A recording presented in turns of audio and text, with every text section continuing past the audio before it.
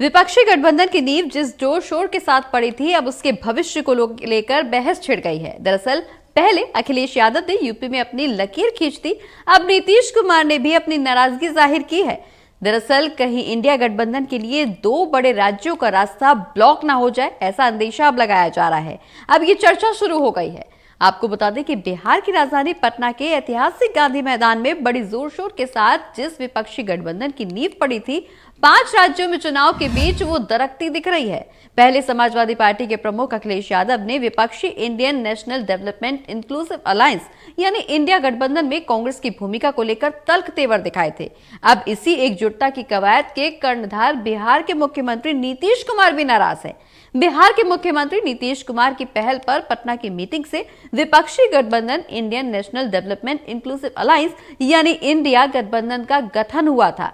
विपक्षी दलों को एकजुट करने के लिए पटना से कोलकाता, दिल्ली से चेन्नई एक कर देने वाले नीतीश कुमार का कहना है कि आजकल गठबंधन में कोई काम नहीं हो रहा।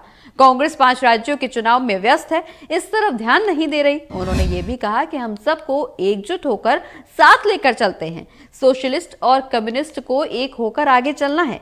अब नीतीश के इस बयान के मीन मेक निकाले जा रहे हैं।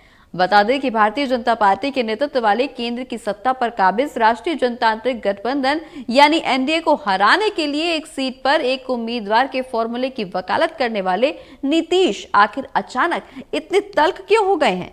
सवाल इसलिए भी उठ रहे हैं क्योंकि इस बयान के एक दिन पहले ही नीतीश कुमार से जब इंडिया गठबंधन में अनबन को लेकर सवाल किया गया, तब उन्होंने हाथ जोड़ लिए थे। ऐसे समय में जब यूपी में अखिलेश यादव ने 65 सीटों पर चुनाव लड़ने का एक तरफा ऐलान कर अपनी लकीर खींच दी है, तब नीतीश कुमार के इस बयान के मायने क्या हैं? सुशासन बाबू का यह बयान कहीं हिंदी पट्टी के 2 बड़े राज्यों में इंडिया गठबंधन का रास्ता ब्लॉक हो जाने का संकेत तो नहीं दे रहा।